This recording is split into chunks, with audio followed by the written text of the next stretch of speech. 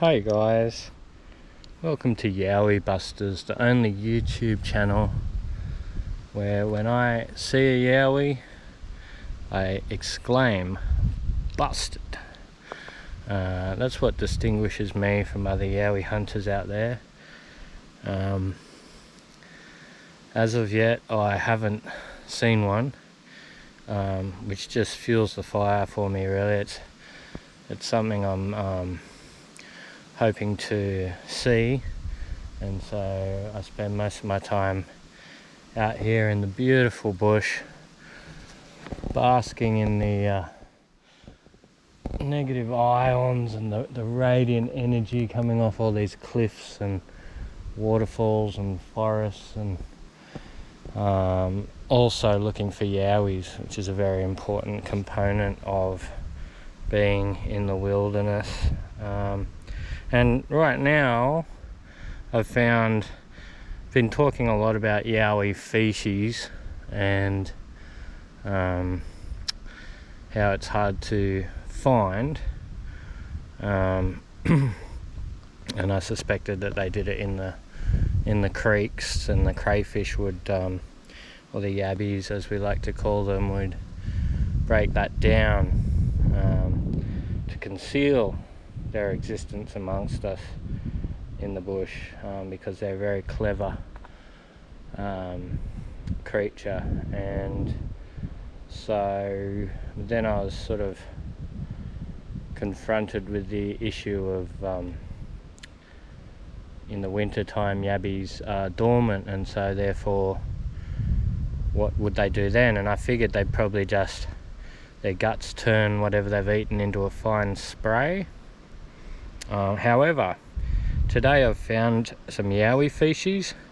Certainly been eating animals. There's lots of kangaroos here, wallabies and redneck roos and a few others in the valley that I've been seeing on my way up this ridge. But so there's plenty to eat. And then just here, you wouldn't really notice it, but on my way through the scrub we've got this one here, which is a bigger shit than I could ever do myself. Or maybe I've achieved it a few times in my life, but you can see there's plenty of hair in there. So it's been eating something like a big mammal, and that's one shit. It's all, well, sorry, I shouldn't, this is it's one species right there, and it's really quite a lot. So as an example, I'll place my silver yowie whistle. Actually, let's just put it on there because I don't get to put my mouth on that too often. That's just in case I'm getting chased by a yowie and someone's nearby, I'll sort of blow on that. But there's a very large species full of hair. Could be a panther, I suppose. I don't really like to talk about big cats because they kind of the whole notion of big cats really brings the yowie community into disrepute, I think. You know, like my partner's family's from Hong Kong, and they place a lot of importance on sort of societal status and occupation and things like that. And so when I go to, you know, family events, and I meet people and they might not know me, and you know, this person says, oh, I'm a doctor and I'm a lawyer and I'm an accountant, and then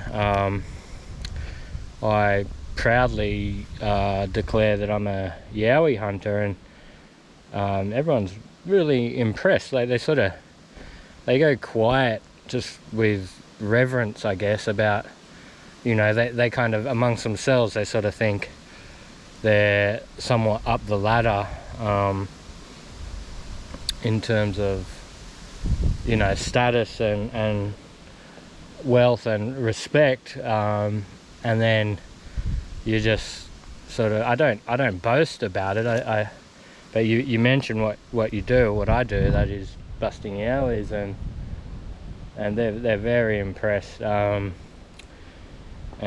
yeah, great deal of respect comes my way. But however, if I threw in big cats into that equation, and I'll sort of say, oh yeah, you know, and also I'm looking for big cats. I don't know what they think. I guess they'd just laugh at me. I mean, it's a ridiculous concept to kind of contemplate, and so I would suggest that right there, which is, I mean, I've got really quite large hands, and you can see that's a lot right there. I'll show you a normal, you know, a normal dog, or not dog, sorry, a normal bit of feces that contains animal bones. You can see most of the bones inside that feces are actually sharp teeth, which is, well, not most of them, but a number of them are sharp teeth. So whatever's eaten that creature, the creature that has been eaten, isn't your average you